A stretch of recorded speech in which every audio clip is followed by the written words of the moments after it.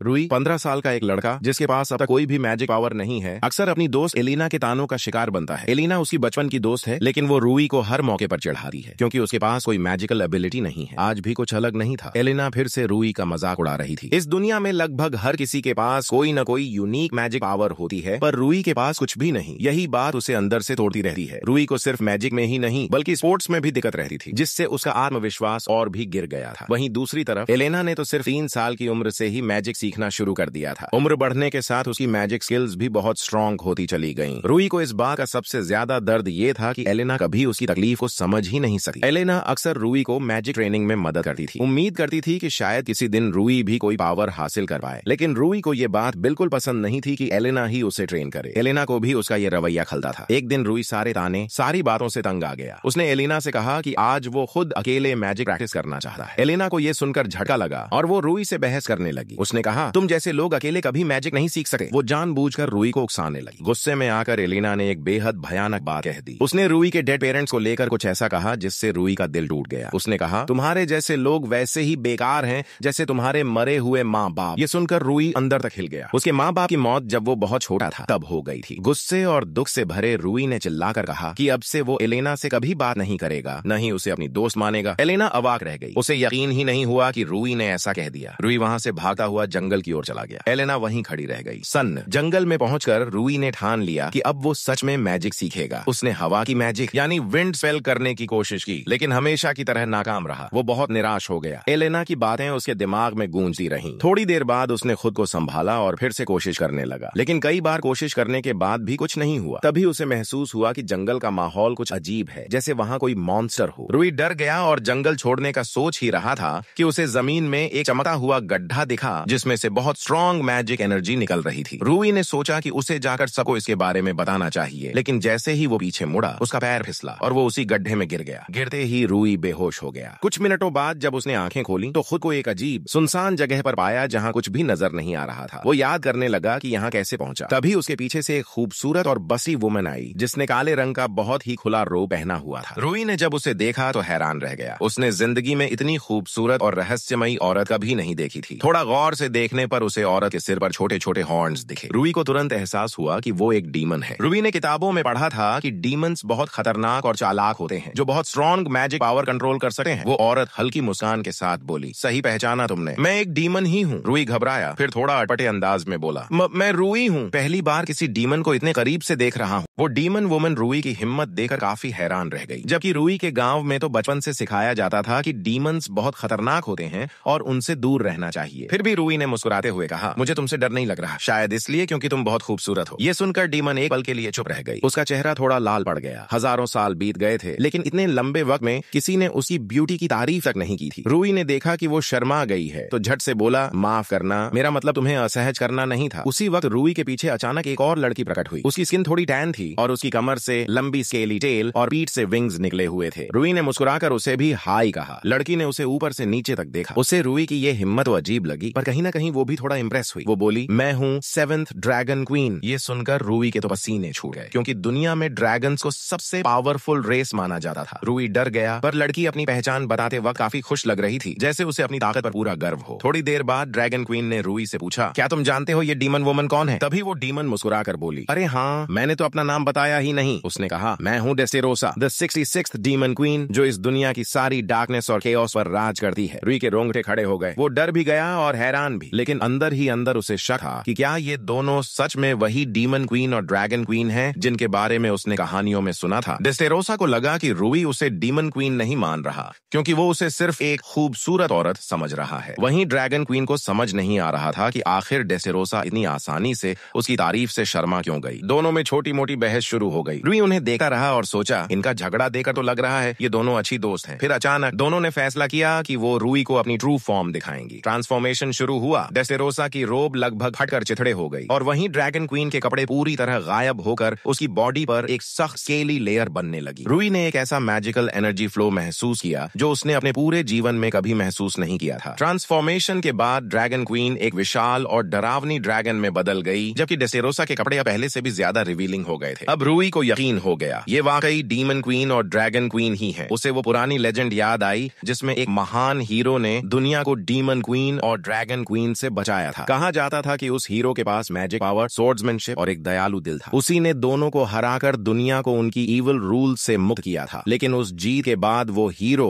खुद रहस्यमयी तरीके से गायब हो गया था। रूही को समझ आ गया कि ये वही दोनों हैं जिन्हें उस हीरो ने पराजित नहीं बल्कि इस जगह इम्प्रिजन किया था। रूही ने सोचा अगर वो हीरो इतना शक्तिशाली था तो शायद वो उन्हें पूरी तरह खत्म नहीं कर पाया, बस इस खाली दुनिया में कैद कर दिया। उसे लगा कि शायद ये दोनों जानती होंगी कि यहाँ से बाहर कैसे निकला जा सकता है। रूही ने धीरे से पूछा, क्या कोई रास्ता है जिससे हम यहाँ से बाहर जा सकें? डेस्टेरोसा ने ठंडी सांस लेते हुए कहा, यहाँ से निकलना नामुमकिन है। रूही का चेहरा उतर गया। उसे लगा अब उसकी पूरी जिंदगी यहीं खत्म हो जाएगी। ड्रैगन क्वीन ने जोड़ा, अगर हमें बाहर जाने का तरीका पता होता तो हम अब तक यहाँ क्यों होती? फिर ड्रैगन क्वीन ने रूही को अपनी बॉडी पर बना एक सील मार्क दिखाया। उसने बताया कि जब हीरो ने उन्हें कैद किया था उसी ने ये सील लगाया था, जिससे उनकी सोल्स अब इस जगह से बंध चुकी हैं। रूही ने खुद को देखने की कोशिश की लेकिन उसके शरीर पर कोई सील नहीं था। तभी डेस्टेरोसा पास आई, शरारती मुस्कान के साथ बोली, तो चलो देखते हैं कहीं छिपा तो नहीं। और उसने रूही के कपड़े हटाने शुरू कर दिए जैसे वो उसके शरीर पर इम्प्रिजनमेंट सील ढूंढना चाहती हो। जब रूही का पूरा शरीर चेक किया गया तो सच में उसके ऊपर कोई सील मार्क नहीं मिला। डेस्टेरोसा और ड्रैगन क्वीन दोनों हैरान थीं। किसी को समझ नहीं आया कि रूही के शरीर पर सील क्यों नहीं है। रूही ने बताया कि वो यहाँ तब पहुंचा जब जमीन में अचानक एक अजीब होल खुला और वो उसमें गिर गया। ये सुनकर डेस्टेरोसा ने सोचा कि शायद रूही किसी एक्सीडेंट की वजह से इस जगह पर आ गया है। थोड़ी देर सोचने के बाद डेस्टेरोसा ने कहा, अगर तुम यहाँ गलती से आए हो तो शायद तुम्हारे पास बाहर जाने का भी रास्ता है। ये सुनकर रूही की आंखों में उम्मीद की चमक आ गई। उसने तुरंत कहा, मैं कुछ भी करूंगा, बस इस जगह से बाहर निकलना चाहता हूँ। उसकी इस बात पर डीमन क्वीन और ड्रैगन क्वीन दोनों मुस्कुरा उठी। रूही की हिम्मत और जज्बा देखकर वो थोड़ा इम्प्रेस भी हुई, मगर रूही अब तक नहीं समझ पा रहा था कि वो दोनों उससे क्या चाहती हैं। तभी डेस्टेरोसा ने कहा, अगर तुम इस जगह से बाहर जाना चाहते हो तो तुम्हें खुद यहाँ एक होल बनाना होगा मैजिक से। रूही ने सिर झुकाकर कहा, लेकिन मैं तो मैजिक कर ही नहीं सकता, अपने दम पर तो कभी नहीं। ये सुनकर डेस्टेरोसा बोली, ऐसा नहीं है कि तुम मैजिक नहीं कर सकते, बस तुम्हें इसे जागृत करना नहीं आता। फिर उसने रूही को ऑफर दिया, मैं तुम्हें ट्रेन करूंगी, तुम्हारी मैजिक पावर को बढ़ाऊंगी। उसने समझाया, मैजिक एक मसल की तरह है, जितना ज्यादा इस्तेमाल करोगे उतनी मजबूत होगी, लेकिन अगर हद से ज्यादा कोशिश की तो मैजिक खत्म भी हो सकती है और इंसान की मौत भी। फिर डेस्टेरोसा ने जोड़ा, सबसे इफेक्टिव ट्रेनिंग के लिए तुम्हें बार बार अपनी लिमिट्स तक जाना होगा, ऑलमोस्ट टिल डेथ। वो बोली, अगर तुम 500 साल तक ट्रेनिंग कर लो तो शायद तुम इस जगह से निकल सको। 500 साल? रूही हैरान रह गया, मैं तो जिंदा ही नहीं रहूंगा इतना लंबा। तभी ड्रैगन क्वीन मुस्कुराई और बोली, यहाँ वक्त अलग चलता है, यहाँ एक साल शख्स धरती पर सिर्फ एक दिन। रूही की आंखें फैल गईं, मतलब अगर वो यहाँ 500 साल बिताएगा तो धरती पर सिर्फ 500 दिन बीतेंगे। फिर ड्रैगन क्वीन बोली, अगर हम तुम्हें ट्रेन करें तो तुम यहाँ से बाहर निकल सकते हो। रूही ने थोड़ा सोचा, इतनी ताकतवर रानियां मेरी मदद क्यों करना चाहेंगी? जैसे ही उसने ये बात सोची, डेस्टेरोसा बोली, बदले में तुम हमें यहाँ से बाहर निकालने में मदद करोगे। रूही चुप रह गया, इस डील को ठुकराने का सवाल ही नहीं था। अगले दिन रूही की ट्रेनिंग शुरू हुई। डेस्टेरोसा ने उसे सिखाया कि कैसे अपनी मैजिक पावर को महसूस करना है, कैसे उसे नियंत्रित करना है। वो बोली, अगर तुम सच में यहाँ से निकलना चाहते हो रूही, तो 500 साल तक बिना डरे आगे बढ़ना होगा। रूही ने सिर हिलाया और बोला, मैं कोशिश करूंगा अपने गांव लौटने के लिए, अपने एल्डर के पास वापस जाने के लिए। उसे वो बुजुर्ग याद आया जिसने उसके माँ बाप के मरने के बाद उसे संभाला था। रूही ने कसम खाई कि वो जरूर लौटेगा। ये सुनकर डेस्टेरोसा ने हल्के से रूही के सिर पर हाथ फेरा। उसकी कोल्ड डीमन हैंड से भी रूही को एक अजीब सी गर्माहट महसूस हुई, वैसी जो उसे आखिरी बार अपनी माँ से मिली थी। वो पल कुछ सेकंड के लिए रूही के अंदर एक नई हिम्मत भर गया। लेकिन फिर डेस्टेरोसा ने कहा, अगर तुम यहाँ मर गए तो माफ करना रूही। उसके ये शब्द सुनकर रूही का चेहरा अचानक उतर गया। कई सालों तक रूही ने डेस्टेरोसा के साथ मैजिक ट्रेनिंग की। कभी कभी वो जमीन पर रेंगता हुआ पहुंचता, उसका शरीर थकावट से टूट चुका होता। ड्रैगन क्वीन ने देखा कि रूही पूरी तरह थक गया है और समझ गई कि डेस्टेरोसा उसे बहुत सख्त ट्रेनिंग दे रही है, लेकिन रूही को आराम करने का मौका भी नहीं मिला। ड्रैगन क्वीन बोली, अब मेरी बारी है। वो बोली, मैं तुम्हें मैजिक नहीं बल्कि चियोंग टेक्निक सिखाऊंगी। उसने बताया, चियोंग टेक्निक एक ऐसी एंशिएंट आर्ट है जो किसी भी मैजिशियन की असली पोटेंशियल को जागृत करती है। इंसानों में बहुत कम लोग इसे जानते हैं। रूही ने पूछा, तो फिर कोई इसका इस्तेमाल क्यों नहीं करता? ड्रैगन क्वीन ने गंभीर होकर जवाब दिया, क्योंकि इसे सीखना आसान नहीं है। यह टेक्निक इतनी कठिन है कि बहुतों ने कोशिश की पर जिंदा नहीं बचे। वो आगे बोली, इस टेक्निक में 9 एक्सरसाइजेज होती हैं, कुछ अटैक के लिए और कुछ डिफेंस के लिए। जो इंसान इन सब पर मास्टरी हासिल कर ले वो दुनिया में किसी भी मुश्किल का सामना कर सकता है। रूही ने सिर उठाकर कहा, तो मैं सीखना चाहता हूँ, चाहे जितनी मुश्किल क्यों ना हो। ड्रैगन क्वीन हल्का मुस्कुराई, ठीक है रूही, देखते हैं तुम्हारे अंदर कितना दम है। ड्रैगन क्वीन ने रूही को समझाया कि पिछले कुछ सालों में इंसानों के लिए मैजिक का इस्तेमाल बहुत आसान हो गया है। अब हर कोई बेसिक लेवल मैजिक आसानी से कर सकता है, लेकिन चियोंग टेक्निक ऐसी नहीं है। इसे सीखने के लिए सालों तक मेहनत और धैर्य चाहिए। रूही ने मुस्कुराकर कहा, कोई बात नहीं, मेरे लिए चियोंग टेक्निक सीखना उतना ही मुश्किल होगा जितना मैजिक, लेकिन मैं कोशिश करूंगा। ड्रैगन क्वीन ने कहा, इस टेक्निक को सीखने के लिए तुम्हें किसी खास टैलेंट की जरूरत नहीं, बस लगन और निरंतर मेहनत चाहिए। रूही ने आंखों में चमक लाते हुए कहा, मैं अपनी पूरी जान लगा दूंगा, बस जल्दी शुरू करना चाहता हूँ। लेकिन ड्रैगन क्वीन ने एक बात छुपा ली कि चियोंग टेक्निक में हर चीज रूई को याद करनी होगी, वरना वो सब बेकार हो जाएगा। इतने में डेसेरोसा वहां आई और बोली, ट्रेनिंग स्केड्यूल हर हफ्ते बदलेगा। ड्रैगन क्वीन ने सोचा कि रूई को पहले चियोंग टेक्निक सिखाना जरूरी है, इससे पहले कि डेसेरोसा उसे मैजिक में पूरी तरह खपा दे। 10 साल बाद अब रूई को इस एंडलेस हेल में रहते हुए पूरे 10 साल हो चुके थे। उसकी मैजिक स्किल्स पहले से कहीं ज्यादा मजबूत हो चुकी थीं। डेसेरोसा उसकी प्रगति देखकर खुश थी। उसने देखा कि रूई अब सच में एक रियल मैजिशियन बन चुका है। यहाँ तक कि ड्रैगन क्वीन भी हैरान थी। उसने कहा, इस लड़के ने इतनी सालों की कंटिन्यूअस ट्रेनिंग के बाद भी थकान नहीं दिखाई, अविश्वसनीय। एक दिन डेसेरोसा ने रूई से कहा, आज के लिए बस करो, तुमने बहुत मेहनत की है। लेकिन रूई जिद पर अड्डा रहा, नहीं, मैं रुक नहीं सकता, अभी मुझ में थोड़ा मैजिक बाकी है, मुझे और कोशिश करनी है। डेसेरोसा ने उसकी आंखों में झांकते हुए कहा, रूई, तुम्हें अपने आप को साबित करने की बहुत ज्यादा चिंता है। वो थोड़ी नरमी से बोली, भले ही तुम अपने दुनिया में एक कमजोर मैजिशियन थे, लेकिन यहाँ तुम्हारी मेहनत का फल दिख रहा है, तुम्हारी प्रोग्रेस रियल है। फिर उसने रूई के पास आकर कहा, अब मैं तुम्हें थोड़ी सी अपनी मैजिकल एनर्जी दूंगी। उसने समझाया, तुम्हारे जैसे मैजिशियंस में मैजिक पावर बहुत कम होती है, इसलिए मैं तुम्हें सिर्फ थोड़ी सी एनर्जी ट्रांसफर कर सकती हूँ। लेकिन याद रखना, अगर तुमने इस मैजिक का इस्तेमाल नहीं किया तो तुम्हारी पावर धीरे धीरे कम हो जाएगी और एक दिन तुम इसे खो दोगे। रूई डर गया। उसे पहली बार समझ आया कि उसका मैजिक होना मतलब उसकी जिंदगी का अंत होना है। फिर डेसेरोसा ने अपने हाथ उसके सीने पर रखे और एनर्जी ट्रांसफर शुरू किया। उसने महसूस किया कि रूई के मैजिक चैनल्स अब बहुत ज्यादा फैल चुके हैं, साधारण इंसानों से भी कई गुना। एनर्जी ट्रांसफर खत्म होने के बाद डेसेरोसा मुस्कुराई और बोली, हर दिन, हर ट्रेनिंग के साथ तुम और तुम्हारा मैजिक दोनों और मजबूत हो रहे हो। रूई को उसकी बातें सुनकर कुछ पल के लिए अपनी आंखों में नमी महसूस हुई। इतने सालों में किसी ने उसे इतना सच्चा प्रेज नहीं दिया था। वो हल्का मुस्कुराकर बोला, थैंक्स, मुझे अच्छा लगता है जब आप ऐसे बोलती हैं। फिर रूई हंसकर बोला, तुम तो मेरी छोटी बहन जैसी हो। डेसेरोसा, ये सुनते ही डीमन क्वीन का चेहरा लाल हो गया। वो इतनी शर्मिंदा हुई कि सीधे बेहोश हो गई। रूई घबरा गया। डेसेरोसा, क्या हुआ तुम्हें? तभी ड्रैगन क्वीन वहां आई और हंसकर बोली, रिलैक्स, वो बस थोड़ी पागल है, थोड़ी देर में होश आ जाएगा। उसने रूई को देखा और कहा, अभी तुम आराम करो, अगली ट्रेनिंग से पहले तुम्हें एनर्जी चाहिए। अगले दिन रूई की ड्रैगन क्वीन ट्रेनिंग शुरू हुई। वो अब बहुत मजबूत हो चुका था। उसने अपनी पीठ पर भारी पत्थर रखकर 100 पुशअप्स पूरे किए। ड्रैगन क्वीन मुस्कुराई और बोली, वाह, अब तो तुम्हारे ट्रेनिंग के विजिबल रिजल्ट्स आने लगे हैं। वो खुश थी कि 10 साल की मेहनत के बाद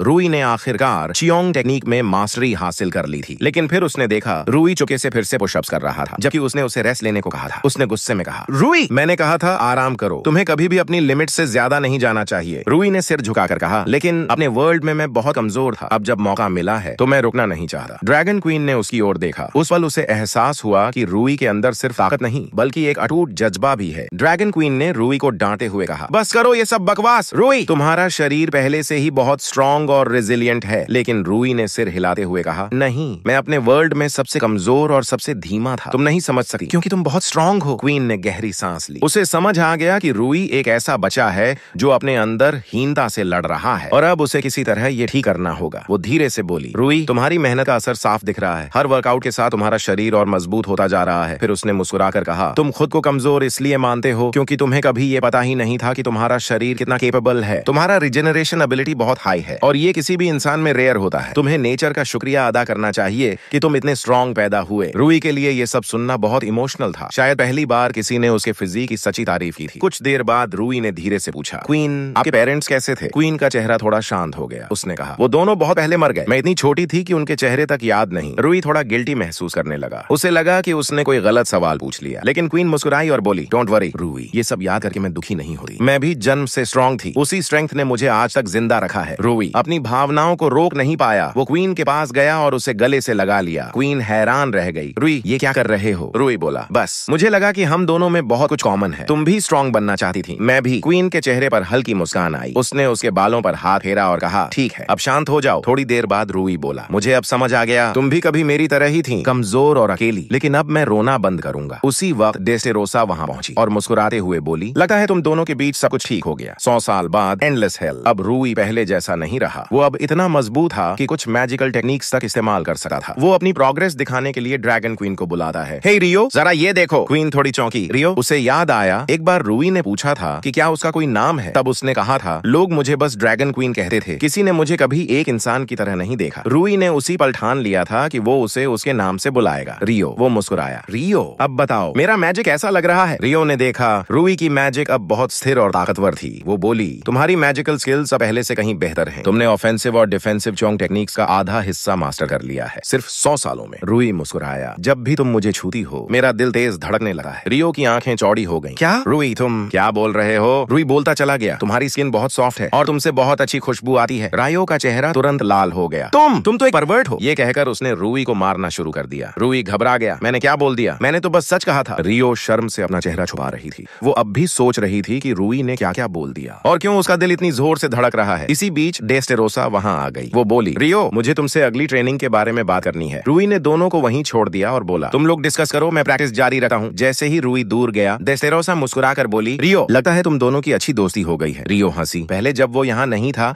हम दोनों तो दिन भर एक दूसरे से लड़ते थे। डेस्टेरोसा ने सिर हिलाया। हाँ। रूई के आने के बाद से ये एंडलेस हेल भी जिंदा सा लगने लगा है। दोनों कुछ पल के लिए चुप रही। फिर रियो ने दूर खड़े रूई की ओर देखा। वो अब एक कमजोर लड़का नहीं बल्कि ऐसा इंसान बन चुका था जिसने हेल में भी उम्मीद जगा दी थी। जब रूई ने डेस्टेरोसा को फिर से उसके नाम से पुकारा तो वो थोड़ा झेंप गई और बोली, अब से मुझे मेरे नाम से मत बुलाना। रूई थोड़ा कंफ्यूज्ड हुआ। वो सोचने लगा कि उसे अब उसे क्या कहना चाहिए और अचानक याद आया उसने पहले उसे लिटिल सिस्टर कहा था। ठीक है, लिटिल सिस्टर। जैसे ही रूई ने कहा, डेस्टेरोसा का चेहरा लाल हो गया। वो ऑलमोस्ट बेहोश होते होते बची, लेकिन अगले ही पल वो रूई की तरफ दौड़ी और उसे अपने ओपन आर्म्स में जकड़ लिया। इसके बाद दोनों ने अपनी मैजिक ट्रेनिंग शुरू की। इस बार रूई ने उसे अपनी फायर मैजिक स्किल्स दिखाई और डेस्टेरोसा खुश होकर मुस्कुरा उठी। वाह रूई, 100 सालों में तुमने सच में कमाल कर दिया। उसकी आंखों में एक अजीब सी चमक थी, गर्व और उदासी का मिला जुला एहसास, क्योंकि वो जानती थी अब उनका सेपरेशन मोमेंट बहुत करीब है। रूई दौड़कर उसके पास आया और बोला, लिटिल सिस्टर, क्या तुम मेरी प्रोग्रेस से खुश हो? लेकिन रूई जैसे ही पास आया उसने देखा कि डेस्टेरोसा की आंखों से आंसू बह रहे हैं। तुम रो क्यों रही हो? रूई घबरा गया। वो धीरे से बोली, मैं इसलिए रो रही हूँ रूई क्योंकि ये आंसू तुम्हारी वजह से हैं। फिर उसने रूई को कसकर गले लगा लिया। उसके चेहरे पर आंसू गिरते रहे और वो खुद से वादा करने लगी, मैं किसी भी हालत में तुम्हें तुम्हारे वर्ल्ड में वापस भेजूंगी, चाहे हम फिर कभी न मिल पाए। 300 साल बाद एंडलेस हेल। अब रूई पहले से कहीं ज्यादा पावरफुल था। वो डार्क फ्लेम जैसी खतरनाक और कॉम्प्लेक्स स्पेल तक सीख चुका था जो सिर्फ हाई रैंकिंग डीमंस इस्तेमाल कर सकते थे। डेस्टेरोसा और रियो दोनों उसकी प्रोग्रेस से खुश थीं। डेस्टेरोसा ने बताया कि वो अक्सर अपनी मैजिकल एनर्जी उसके चैनल्स में ट्रांसफर करती थी ताकि वो और तेजी से ग्रो कर सके। रियो ने मुस्कुराते हुए कहा, रूई अब चियोंग टेक्निक्स के सारे लेवल्स मास्टर कर चुका है। ट्रेनिंग खत्म होने के बाद दोनों ने रूई की तारीफ की। रूई ने थकर कहा, लगता है अब काफी देर हो गई, चलो सो जाते हैं। दोनों ने हंसते हुए हामी भरी, लेकिन अगले ही पल रूई जमीन पर गिर पड़ा। उसके सीने में तेज दर्द हो रहा था। डेस्टेरोसा और रियो तुरंत उसके पास पहुंची। जब उन्होंने उसकी आउटर कपड़े हटाए तो उन्हें एक ग्रे मिलिट्री मार्क दिखाई दिया। रूई डर गया, ये क्या है? लेकिन डेस्टेरोसा और रियो खुश होकर बोली, रूई, ये तो प्रोफेशनल वॉरियर मार्क है। रूई थोड़ा शांत हुआ और बोला, तो क्या तुम दोनों के पास भी ऐसा मार्क है? डेस्टेरोसा ने हल्के से अपने कपड़े सरकाए ताकि रूई देख सके। वहाँ एक रॉयल मार्क था जो उसकी रॉयल स्टेटस दिखा रहा था। रियो ने भी अपनी हथेली दिखाई जिस पर उसका रॉयल फैमिली मार्क था। फिर रूई ने पूछा, तो मेरे मार्क पर क्या लिखा है? दोनों ने गौर से देखा और एक साथ कहा, इस पर लिखा है warrior of demons and dragons. रूई हैरान था, लेकिन डेस्टेरोसा की आंखों में गर्व छलक रहा था। वो तुरंत रूई को कसकर गले लगा बैठी। लेकिन रियो ने देखा कि वो मार्क अधूरा है। उसने कहा, रूई, ये मार्क तब कंप्लीट होगा जब इसका रंग सिल्वर में बदलेगा। रूई समझ गया, उसे अभी और ट्रेनिंग करनी होगी। लेकिन रियो ने कहा, तुम्हारा बॉडी अब अपने लिमिट तक पहुंच चुका है। यहाँ एंडलेस हेल में कोई एज नहीं बढ़ती, इसलिए तुम्हारा शरीर अब ग्रो नहीं करेगा। अगर तुम्हें अपनी मैक्सिमम पावर थ्रेशोल्ड पार करनी है तो तुम्हें यहाँ से बाहर निकलना ही होगा। डेस्टेरोसा ने धीरे से कहा, रूई, अब तुम्हारे पास इतनी पावर है कि तुम इस जगह से निकल सको। रूई मुस्कुराया, तो फिर कल सुबह हम कोशिश करेंगे बाहर निकलने की। रात, रूई का छोटा सा घर। रूई अपने कमरे में गया। 300 साल की थकान के बाद वो आराम से सो गया, लेकिन सपने में उसने महसूस किया कि उसने कुछ बड़ा और सॉफ्ट सा पकड़ रखा है। वो बहुत अच्छा लग रहा था, गर्म और मुलायम। धीरे धीरे उसकी नींद खुली और जैसे ही उसने आंखें खोली वो जम गया। उसके सामने डेस्टेरोसा खड़ी थी, सिर्फ अपने अंडरवेयर में, और रूई अब तक उसका चेस्ट पकड़कर सो रहा था। डेस्टेरोसा को तो मजा ही आ गया कि रूई ने झट से उसे पकड़ लिया। ये देखकर रूई बेचारा बहुत डर गया। उसे कुछ समझ ही नहीं आ रहा था कि हो क्या रहा है। फिर उसके बाद रियो भी, जो सिर्फ अपनी अंडरवियर में थी, उसने भी रूई पर अटैक कर दिया। रूई अभी भी डेस्टेरोसा और रियो को देखकर कंफ्यूज था और उसे लग रहा था कि ये दोनों उससे चाहती क्या है। फिर डेस्टेरोसा ने उसे समझाया कि यार, तू कल हमें छोड़कर जा रहा है तो हमें और रियो को तुझे गुड बाय तो बोलना ही पड़ेगा। रियो ने कहा कि हमारी पावर और नॉलेज ही सब कुछ नहीं है जो हम रूई को दे सकते हैं। फिर दोनों ने रूई को बताया कि वे उसे उसका फर्स्ट टाइम भी दे सकती हैं। इसके बाद डेस्टेरोसा ने फौरन रूई को किस कर दिया, जिससे वो बहुत एक्साइटेड हो गया। किस करने के बाद डेस्टेरोसा रूई से बस यही कहती रही कि वो उसे कितना लव करती है। डेस्टेरोसा के बाद रियो ने भी रूई को किस करना शुरू कर दिया और अपना सारा अफेक्शन दिखाया। किस के बाद डेस्टेरोसा ने देखा कि रियो तो बहुत एम्बैरेस हो रही है, जिसे उसने डिनाई कर दिया। इसके बाद डेस्टेरोसा और रियो में फिर से झगड़ा शुरू हो गया। दोनों एक्सक्यूज देने लगी कि उनके साथ भी ये पहली बार हो रहा है। रूई बेचारा तो बस चुपचाप खड़ा होकर उनकी लड़ाई देख रहा था। फिर डेस्टेरोसा ने लड़ना बंद किया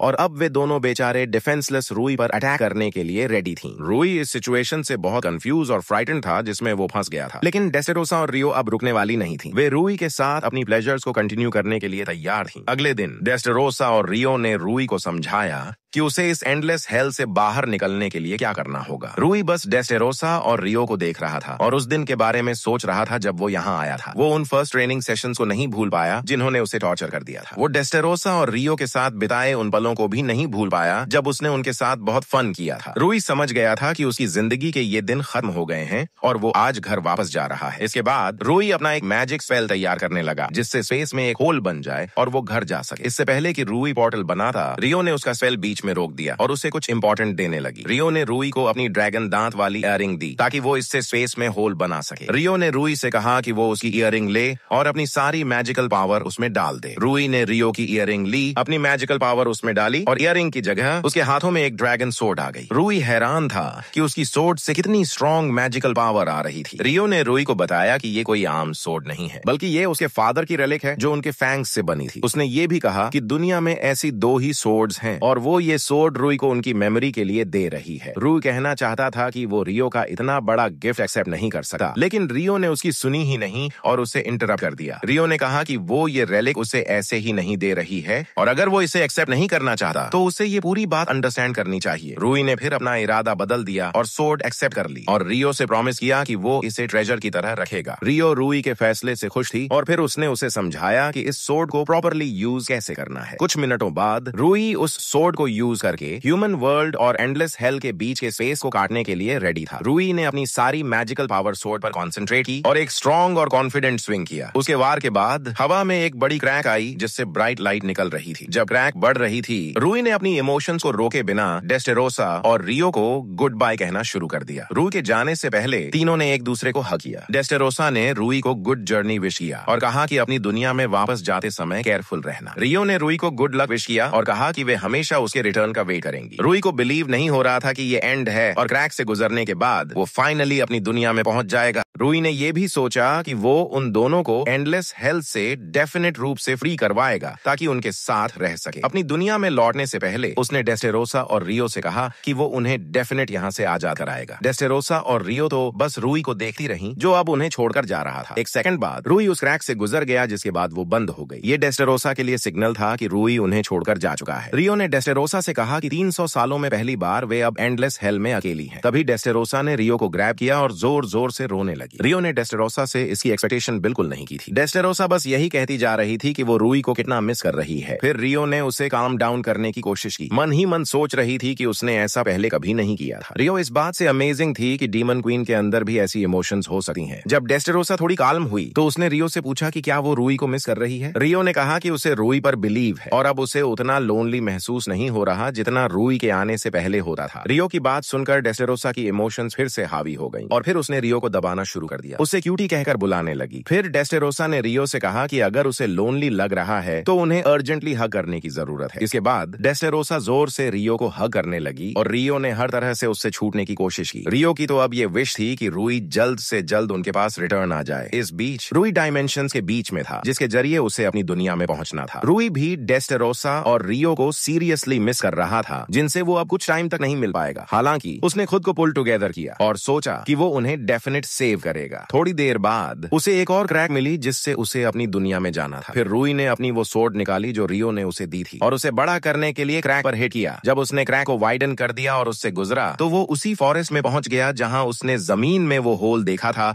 जिससे वो एंडलेस हेल में गिरा था। बस कुछ ही सेकंड्स बाद रूई को फाइनली रियलाइज हुआ कि वो फाइनली होम आ गया है। रूई की हैप्पीनेस की कोई लिमिट नहीं थी और उसने हेजिटेट किए बिना अपने नेटिव विलेज की तरफ जाने का फैसला किया। लेकिन एंडलेस हेल में रहने के दौरान वो घर का रास्ता भूल गया था। पहले रूई ने सोचा कि वो पेड़ पर चढ़कर आसपास देखेगा, पर जैसे ही रूई ने जंप किया वो बहुत हाई एल्टीट्यूड पर पहुंच गया। इतनी ऊंचाई से रूई आसपास देख पाया और उसे सी और उसका नेटिव विलेज पास में ही दिखाई दिया। जैसे ही रूई ने ये सारी ब्यूटी देखी उसे रियलाइज हुआ कि वो पहले कितनी स्मॉल वर्ल्ड में रहा करता था। पहले रूई ने सोचा कि वो डेस्टेरोसा और रियो को कैसे सेव कर पाएगा, पर उसे पूरी तरह से श्योर नहीं था कि वो सक्सीड होगा। फिर रूई ने पहले अपने होम रिटर्न जाने का प्लान बनाया ताकि उसे श्योर हो जाए कि उसके डिसअपीयरेंस के बाद वहाँ कुछ चेंज तो नहीं हुआ है। घर पहुँचने के बाद रूई ने कुछ थिंग्स पैक की और अपनी एक वेरी इंपॉर्टेंट प्लेस पर जाने वाला था। ये जगह एक बड़ा स्टोन निकली जहाँ रूई की मदर और फादर को बेरिड किया गया था। रूई ने इतनी देर तक एब्सेंट रहने के लिए अपोलोजाइज किया और कहा कि अगली बार वो डेस्टेरोसा और रियो को उनसे इंट्रोड्यूस कराएगा। उसी मोमेंट में रूई के पीछे एल्डर बुजुर्ग आया जिसने रूई को पाला था और उसके माता पिता की मौत के बाद उसकी देखभाल की थी। एल्डर जानना चाहते थे कि रूई इतने टाइम से कहाँ था, जिस पर रूई ने कहा कि ये बहुत लॉन्ग स्टोरी है। रूई ने इतने टाइम के लिए एब्सेंट रहने के लिए एल्डर से अपोलोजाइज किया और उन्हें देकर बहुत हैप्पी हुआ। फिर एल्डर ने रूई को उनके पास चलने के लिए इनवाइट किया ताकि उसे कुछ वार्म खाने को दे सके। रूई ने एक लार्ज फायरबॉल क्रिएट की और एल्डर से कहा कि उसे जाना होगा। एल्डर शॉक है कि रूई इतनी इजीली इतनी बड़ी फायरबॉल क्रिएट कर सकता था। रूई ने कहा कि वो फाइन है और अब पहले जितना वीक नहीं है। एल्डर ने रूई की आंखों में उसकी एबिलिटीज के लिए अनप्रेसिडेंटेड कॉन्फिडेंस देखा और उन्होंने ये भी कहा कि वो रूई के घर की लुक आफ्टर करेंगे। रूई ने एल्डर को उनकी कंसर्न के लिए थैंक किया, जिसके बाद वो अपने बिजनेस के लिए आगे बढ़ गया। जब रूई जा रहा था, एलेना ने उसे देखा और फौरन रूई से कहने लगी कि वो उससे कितनी एंग्री थी। एलेना ने सोचा कि रूई रिटर्न आ गया है तो वो उससे पीस करना चाहता होगा। रूई ने एलेना से साफ साफ कह दिया कि इतने टाइम में भी उसका एरोगेंस जरा भी चेंज नहीं हुआ है और उसे फाइनली ग्रो अप हो जाना चाहिए। रूई की बात सुनकर एलेना डीप शॉक में थी, क्योंकि उसके जाने से पहले रूई ने कभी उसके साथ इतनी बोल्डली बात नहीं की थी। रेज में आकर एलेना ने तुरंत फैसला किया कि रूई को अपनी बातों का आंसर देना होगा और उसने रूई पर स्ट्राइक करने की तैयारी कर ली। पर एलेना की सारी एक्सपेक्टेशंस के कॉन्ट्रेरी रूई ने उसके अटैक को बिना स्क्रैच लगे ही रिपेल कर दिया। एलेना परप्लेक्स थी कि रूई ने उसके मोस्ट पावरफुल मूव को कैसे रोक लिया। रूई ने एलेना से कहा कि वो अपने आसपास किसी को नहीं देखती और नहीं ये देखती है कि कैसे लोग उसके आसपास स्ट्रॉन्गर होते जा रहे हैं, जबकि उसकी स्किल्स आज भी सेम है। इससे एलेना और एंग्री हो गई और उसने फिर से रूई को कम से कम थोड़ा डैमेज पहुंचाने की कोशिश की, लेकिन उसके फास्ट अटैक्स के बावजूद रूई हर ब्लो से डॉज करने में सक्सीड रहा। इसके बाद रूई ने चियोंग टेक्निक की एक टेक्निक यूज करने का फैसला किया, जिसके दौरान उसने एलिना के फेस पर एक पावरफुल किक मारा। इतने स्ट्रॉन्ग ब्लो के बाद एलिना जमीन पर गिर गई, पर इसके बाद भी उसने रूई को कमांड करना नहीं छोड़ा और उसे उठाने के लिए कहा। लेकिन रूई ने बस एलेना को गुड बाय कहा और उसे हिदायत दी कि अब वो दूसरों के रास्ते में ना आए। एलेना फिर भी रूई के पीछे चिल्लाती रही कि जल्दी या देर से वो उसी के साथ होगी। रास्ते में रूई को डेस्टेरोसा और रियो के साथ हुई बातचीत याद आई, जिसमें उन्होंने रूई को एंडलेस हेल से रेस्क्यू करने के प्लान पर डिस्कस किया था। डेस्टेरोसा ने सजेस्ट किया था कि सबसे पहले उन्हें उस हीरो के बारे में इंफॉर्मेशन ढूंढनी होगी